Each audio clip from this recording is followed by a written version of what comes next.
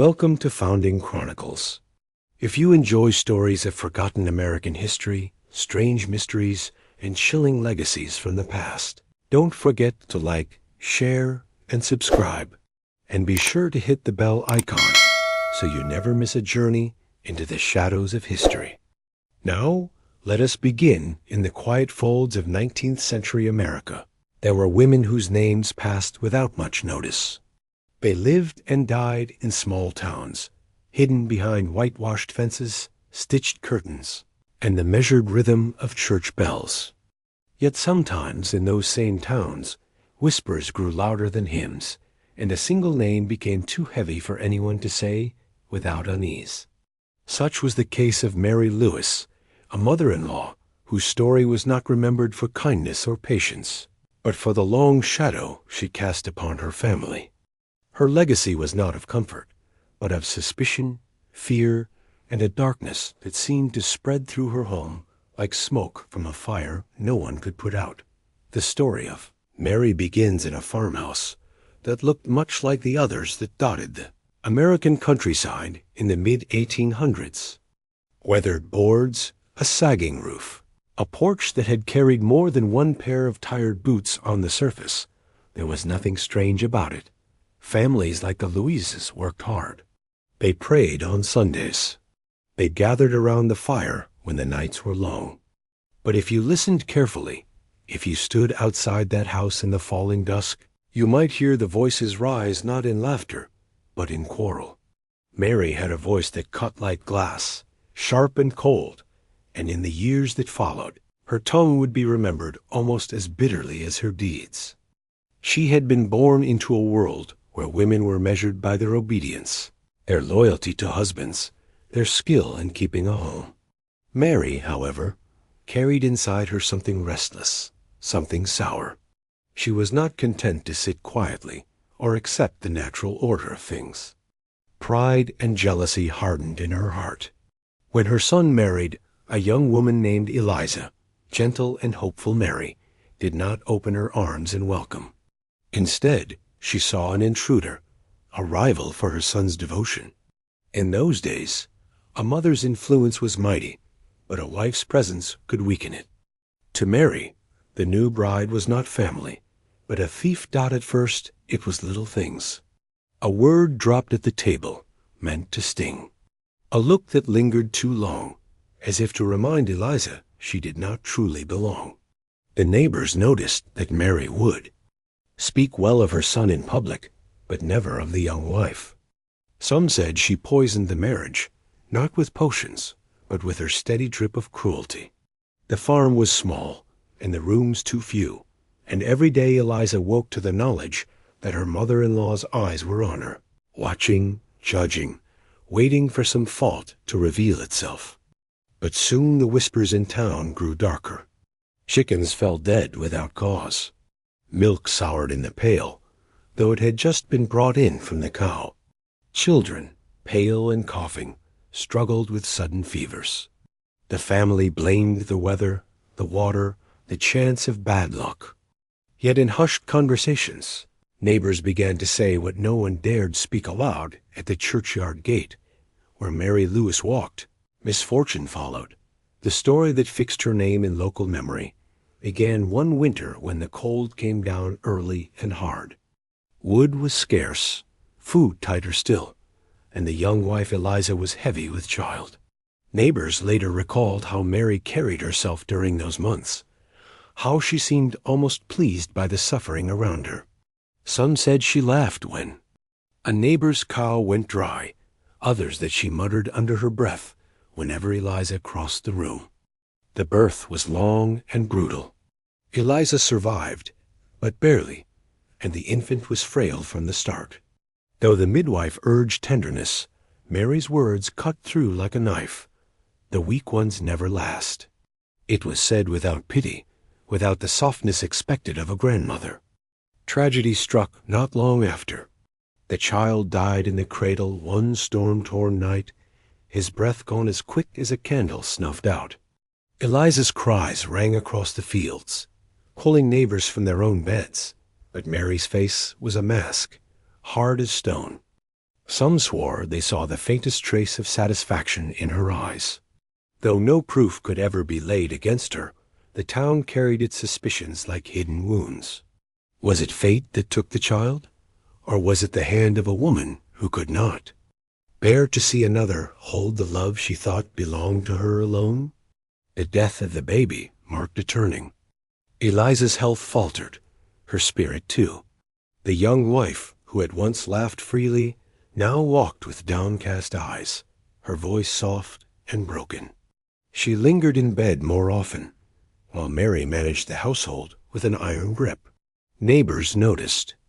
Mary's son grew thinner, wearier, his shoulders bent as if under a weight he could not lift. He seldom spoke of his wife, and when he did, it was with a voice tight with sorrow. It might have ended there, another forgotten tragedy in the long history of rural America. Yet fate, or perhaps something darker, pressed harder on the family. Another child was born, and again frail. Again, Mary's words were cruel. You cannot bring strength out of weakness. Again, the babe did not live long past its first season. And again, eyes turned toward Mary, who never wept, never prayed, only sat silent with a gaze that unsettled those who met it. By now, stories of Mary Lewis had spread beyond the small circle of farms and into nearby towns. Peddlers carried the gossip, and by the time it reached ears 20 miles away, Mary was no longer merely a bitter woman. She was spoken of as a curse, a shadow. Some said she poisoned food, others that she whispered words not found in Scripture. A few dared to hint at witchcraft, though such accusations were dangerous even to speak. Still, there was no trial, no public reckoning. This was not Salem, and the year was long past those flames of fear. Yet the silence was its own sentence. Families stopped calling. Invitations were not sent. The Lewises found themselves isolated, left to work their land alone, marked by suspicion that clung to them like smoke. And in the heart of it all sat Mary, unbending, her dark eyes watching as though she knew the power she held over the fate of those around her. But the darkest part of her story was yet to come. For Mary's influence did not stop at grief and suspicion. It dug deeper into the marrow of her family, where love should have lived, but where fear grew instead. Her son's marriage, once blessed with hope, grew thin and loveless under her constant intrusion. The neighbors who had once pitied Eliza began to wonder why she stayed, why she did not flee. Perhaps she was too weak. Perhaps she had nowhere to go. Or perhaps Mary had bound her in ways no one could see, with words that weighed heavier than chains. The years moved on, but the sorrow in that household never seemed to lift. Each season brought new hardship, and each hardship carried the question no one dared answer aloud. Was this the work of chance, or the hand of Mary Lewis? And so the legend began to harden, passed from lips to ears, until it became something greater than rumor. Children were warned not to linger near the Lewis farm. Young wives were told of Mary, as though she were a cautionary tale. And yet, behind those shuttered windows, more was unfolding acts and words that would mark Mary Lewis, not just as a stern and bitter woman, but as a figure of darkness whose legacy would leave scars on all who knew her. The passing years did not soften Mary Lewis, nor did they dull the suspicions that clung to her. If anything, time seemed to sharpen her edges, turning her from a difficult mother-in-law into something far more unsettling. Her house became a place heavy with silence, a silence broken only by the creak of floorboards and the low hum of her voice when she muttered to herself in the dark. Neighbors came less and less, and when they did not linger. They would step over the threshold with polite smiles, yet their eyes darted toward her as though measuring how long it was safe to stay. Eliza, the daughter-in-law who had once carried hope into that home, had grown pale and hollow-eyed. She was spoken of in the village with pity. Women whispered among themselves that she had the look of a soul being slowly drained. She seldom attended gatherings, and when she did, she sat apart, as though she carried shame that was not her own. Her hands trembled when she worked, and her voice grew softer each year, as though she was being erased. Those who had once admired her gentleness now shook their heads. "She is fading," they said, as though she no longer belongs to the living. Mary's son, caught between wife and mother, fared little better. He bore the weight of both women Eliza's grief and Mary's bitterness. A once strong man who had labored with pride in his fields now looked bent and weary. The spark in him dimmed. Neighbors said he walked with the look of a man who carried secrets too heavy to share. Some believed Mary held him under her thumb, not with affection, but with power born of guilt and manipulation. It was whispered that she reminded him again and again of the sacrifices she had made for him in his youth, and that he owed her his loyalty until her dying breath. The household grew darker still, and strange misfortunes began to spread beyond its walls. A horse fell suddenly lame, though no injury could be found. A cow, milk-rich the day before, gave nothing but thin, sour liquid. One evening, a hired hand working the fields claimed he saw Mary standing at the edge of the woods, her eyes fixed on him, though it was long past dusk and she had no reason to be there. He left his work the next morning and did not return. Word of this spread quickly, adding fuel to the fears already surrounding our Dot. It was not unusual in those days for people to cling to superstitions. The line between faith and fear was thin. An unexplained misfortune was often given a face. Mary became that face. Though no accusation was ever brought forward formally, her name was spoken with unease in every farmhouse for miles. Mothers warned their children not to anger her. Farmers crossed themselves quietly if she passed their fields. The name Mary Lewis came to mean more than just a woman. It became a warning, a shadow in the fabric of the community. But the true terror of her story lay not in what the neighbors believed, but in what unfolded behind closed doors. There are accounts, passed down in whispers and fragments, of how Mary treated Eliza. It is said that she belittled her daily, stripping her of dignity piece by piece.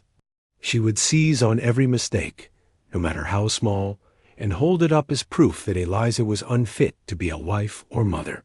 Some claimed she tampered with Eliza's food, replacing fresh bread with loaves gone hard, hiding away sugar and flour to watch her daughter-in-law stumble in her duties. Others swore she worked more subtle cruelties, leaving words like thorns in Eliza's heart until she could barely speak without trembling. What cannot be denied is that Eliza's health broke under the weight of it. She bore another child, but once more the infant did not survive beyond its first year. 3 small graves stood in the churchyard, each carrying the Lewis name, each marking the end of a short and fragile life. And though no priest or doctor dared accuse her, there were those who believed Mary's hand was hidden in each of those losses. Whether by act or by the poison of her presence, the children never lived long enough to grow beyond her reach. The small community, though wary, still lived close enough that secrets could not stay buried. One account tells of a night when the preacher's wife visited Eliza unannounced. She found her in the kitchen, hands raw from scrubbing the same floor over and over, her body bent nearly double, as Mary stood over her, pointing out specks no one else could see. The preacher's wife left quickly, but she did not sleep that night. The next Sunday, her eyes lingered on Eliza as though she saw something too terrible to name. What makes Mary's story so chilling is not simply the suspicion of dark acts, but the way her cruelty seemed to feed on itself. She lived not as though she feared the whispers around her, but as though she welcomed them. She walked the village road with her head high, daring anyone to meet her gaze. When others turned away, she smiled. It was as if the fear she inspired gave her strength. Some even claimed she enjoyed it, that she thrived on being seen as a figure of dread Dot by the late 1850s. Mary Lewis was no longer just a bitter mother-in-law. She had become a legend whispered at firesides. Children who misbehaved were warned. Mary Lewis will come for you. Farmhands refused work at the Lewis place. Families locked their doors earlier at night. Though no court ever judged her, she carried the weight of judgment in every wary glance, every conversation that stopped short when she entered the room. Still, the story did not end there, because Mary's influence reached beyond her immediate household. Her surviving grandchildren, born years later to another branch of the family, grew up under her watchful eye. Those who remembered them as children spoke of their fear whenever Mary entered a room. They froze in place, stiff and silent, until she left. It was as though her presence bound them, just as it had bound Eliza. And Eliza poor, broken Eliza did not last much longer. Some say she wasted away from grief. Others claim her death was less natural, that Mary's shadow stretched over her until her body could no longer bear it. She died one autumn evening, the leaves red and brittle outside the window, her husband weeping at her side. Mary, it is said, did not shed a tear. She only remarked, cold and final, "The weak are not meant to stay." That remark carried through the village faster than wildfire. It became the sentence by which her life was judged. Mothers repeated it in horror. Fathers spat the words in disgust. Children shivered when they heard it. And though Mary lived on for years afterward, her name was no longer spoken with ordinary contempt. It was spoken with fear, as though she had stepped out of the realm of ordinary human cruelty and into something darker. But death does not wipe away a reputation. If anything, it hardens it. And when Mary Lewis herself finally passed, her funeral was unlike any other in living memory. The preacher read his words, but his voice shook. The pews were filled, not with mourners, but with watchers' neighbors who had come not to honor her life, but to be sure she was truly gone. Even as the coffin was lowered into the earth, some swore the ground itself seemed uneasy to take her. Yet, for all that, the story of Mary Lewis did not die with her. It remained, passed from parent to child, retold in kitchens and barns, in churchyards and schoolhouses. Her legacy was not one of love, but of warning. She became a symbol of what happens when bitterness grows unchecked, when cruelty takes root in the heart and spreads until it poisons all around it. But perhaps the most haunting part of her story lies not in what she did, but in what she left behind, a legacy of sorrow that seemed to cling to her family long after she was gone. Crops failed, marriages broke. Descendants moved far away, seeking to shake off the name, but the shadow followed them still. Some said the land itself remembered her, that the old Lewis place never grew anything worth harvesting after her death. Others whispered that on still nights, if you passed the graveyard and lingered too long by her stone, you could hear the faint echo of her voice, sharp, cold, and unyielding. Mary Lewis may have been just one woman in the long, hard history of rural America. But to those who lived in her time, and to those who still tell her story, she became something more. A dark figure in the tapestry of memory. A warning of how a mother's hand, meant to nurture, can turn cruel. And above all, a legacy carved not in kindness, but in fear. Death should have closed the chapter on Mary Lewis. The grave should have sealed away her voice, her sharp eyes, her presence that had loomed over her family like a storm cloud. Yet for those who lived in her shadow, her influence lingered, heavy and suffocating. The ground covered her body, but not the weight she had left behind. It clung to the walls of her home, to the very soil of her farm, to the lives of those who bore her name. After her burial, the Lewis place stood strangely quiet. The windows, once bright with the smoke of cooking fires or the glow of lamplight, grew dim. The farm itself seemed to resist its keepers. Crops that had once thrived now faltered. Wheat stalks yellowed too soon. Corn grew twisted, and livestock grew thin. Neighbors shook their heads and whispered, "The land will not forgive." Some believed it was Mary's curse. Her bitterness sunk so deep into the earth that nothing good could rise from it. Her son, now alone without Eliza, wandered through life like a hollow man. He tended the fields, but without spirit. He was not old, yet he carried himself as though decades had been carved into his back. People who saw him in town remarked on his eyes sunken, distant, as though he had seen something no one else could bear to glimpse. They said he often paused in the middle of speaking, as if he was listening to a voice that no one else could hear. That voice, they whispered, was his mother's. The children who had survived Mary's lifetime carried scars not visible on their skin. One boy, her grandson, grew up withdrawn and sullen, never raising his eyes to others, as though afraid of what he might see reflected there. A granddaughter was said to wake screaming in the night, certain she had seen Mary standing at the foot of her bed.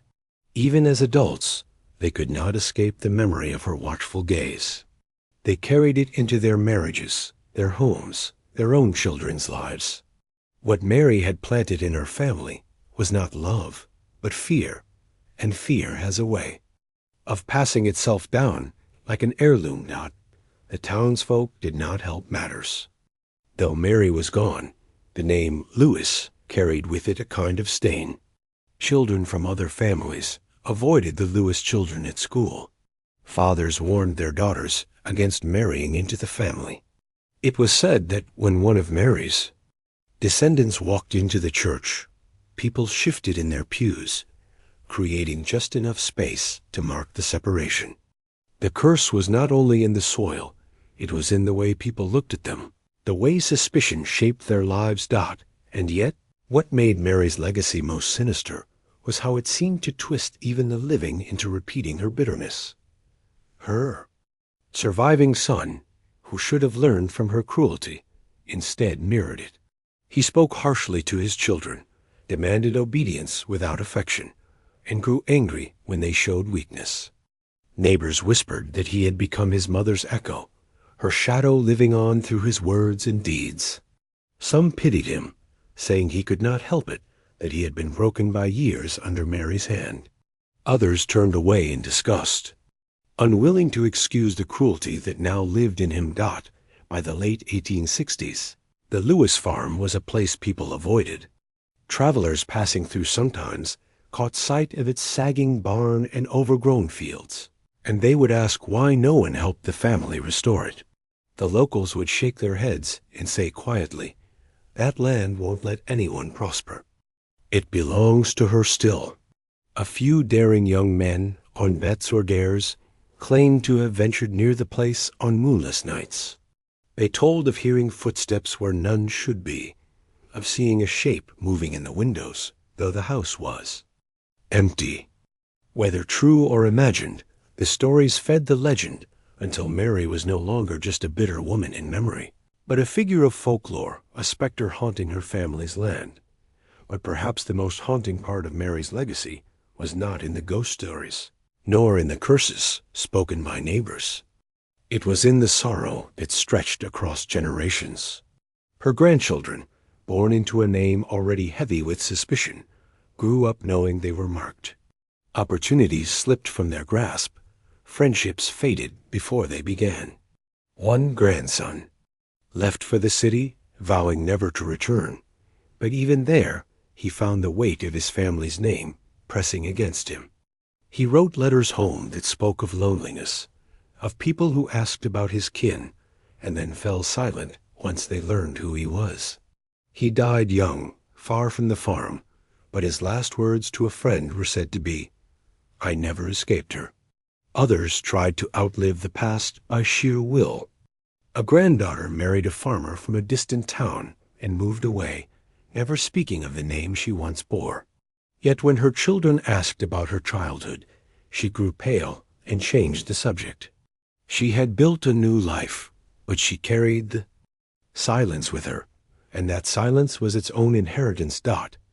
It is easy to think of curses as stories, as things of superstition and old wives' tales. But what happened with the Lewis family was not magic. It was the long shadow of cruelty, the way one woman's bitterness reached beyond her life and poisoned the lives of those who came after her. A curse does not need spells or potions to endure. It needs only memory, fear, and the heavy silence that binds one generation to the next. By the time the century turned, the Lewis farm was nearly abandoned. The house sagged, its roof collapsing in places, its windows dark. Children from nearby farms dared each other to run up to its porch and touch the door, but none lingered long. They claimed they could feel a presence pressing against them, urging them to leave. Travelers avoided the road that passed too close, preferring to take the long way around. Even the animals seemed to sense something unnatural. Birds avoided nesting in the trees nearby, and dogs barked and whined if brought too close. And yet, the grave of Mary Lewis still drew attention. Her stone, plain and weathered, stood in the churchyard among others, but it was the one people always noticed. Some swore it never grew moss, as though even the earth refused to cling to her. Others said the ground around it sank unnaturally, as though something beneath was still restless. On quiet nights, young people would gather there to whisper stories, daring each other to touch the stone, daring each other to speak her name aloud. Few ever did. For the older generation, the memory of Mary Lewis was not a game. It was a scar that still hurt when touched. They remembered her sharp eyes, her bitter words, the funerals of the children who had not lived, the sight of her daughter-in-law fading like smoke before their eyes. They did not need ghost stories to know her. Legacy. They had lived it, and they carried it in their bones. It is said that every family carries a story that shapes them, a story told again and again until it becomes part of who they are. For some, that story is of triumph or sacrifice. For the Lewises, it was Mary. She became the measure against which they compared themselves, the shadow they could never fully step out from. Her name lived on, not in honor, but in warning, a reminder of how bitterness can consume not just a life, but a family, a home, and a legacy. But the story does not end with her descendants fading quietly into obscurity. For even as the farm crumbled and the name lost its place in the town's records, the tale of Mary Lewis grew larger than the family itself. It became part of the region's memory, woven into its folklore. Travelers, years later, were still warned not to linger near the old Lewis place. Children were still told that Mary's curse could reach out and touch those who mocked her name. And so the woman who had once lived as a mother, a wife, a bitter mother-in-law in a small, forgotten town, became something greater, something darker. She became a legend, her life stretched and reshaped in the retelling, but always with the same heart, the story of cruelty that outlived the flesh, the story of a dark legacy no grave could contain. By the dawn of the 20th century, the Lewis family had all but vanished from the land that once bore their name. The farm, with its splintered fences and collapsing barn, stood like a skeleton against the horizon, where fields had once stretched. In neat rows of wheat and corn, weeds now grew waist-high, thick and tangled. The farmhouse sagged with age, its windows broken, its doors barely hanging on. To most people, it was simply another abandoned homestead, one of many scattered across the American countryside as families moved on in search of better fortunes. Yet for those who knew the story, the Lewis place was more than an empty house. It was a reminder of Mary Lewis and the shadows she had left behind. The old folks who gathered on porches during summer evenings kept her name alive. They told her story to the younger ones who leaned in close, half fearful, half thrilled. The details shifted in the telling. Some said she had poisoned her grandchildren. Others swore she had spoken curses into their cradles. Some remembered her as a woman of fierce temper and cruelty, while others, more dramatic, painted her as a witch who had bargained with dark powers. What never changed was the core of the tale.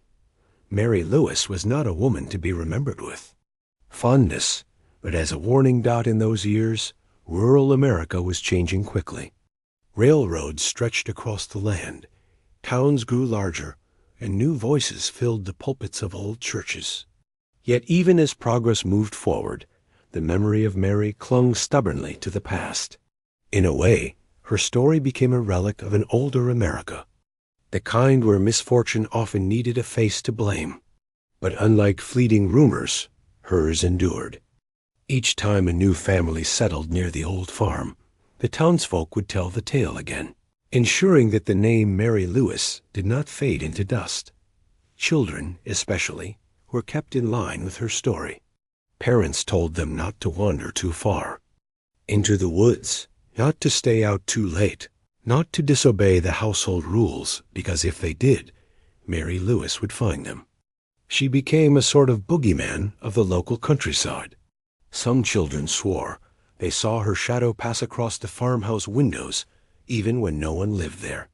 Others dared each other to run to her gravestone in the churchyard at night and touch it, though few ever returned with proof.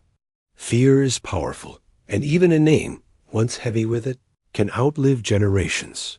But what is perhaps most haunting about her story is not the legends that grew after her death, but the real sorrow that birthed them.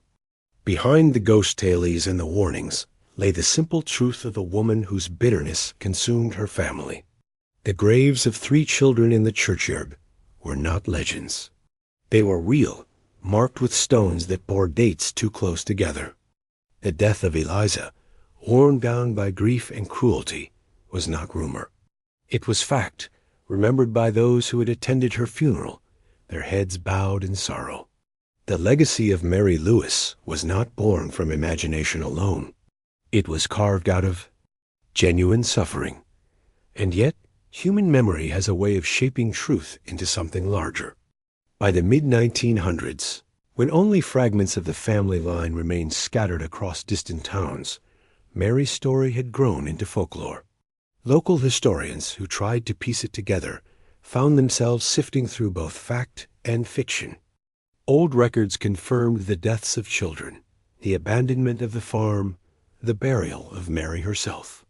But the stories of curses, of footsteps in empty rooms, of voices heard in the wind, those belong to memory, to fear, to the kind of tales communities tell to explain the unexplainable. Still, one could argue that Mary's true curse was never supernatural. It was the kind of curse that lingers in families broken by cruelty, by bitterness, passed down like a wound that refuses to heal. Her children, her grandchildren, carried the weight of her shadow, not because of spirits, but because of memory. They lived their lives under the mark of her name, and that mark shaped them as surely as if she had reached from the grave dot in later years. When the farmhouse finally collapsed into ruin and the land was sold off to strangers, the last physical trace of Mary's presence disappeared. The weeds swallowed the walls, the earth took back the stones, and what had once been her domain became just another overgrown field. Yet even then, her story did not die. Neighbors still told it when nights grew long. Writers of local history included her name in their collections of dark tales.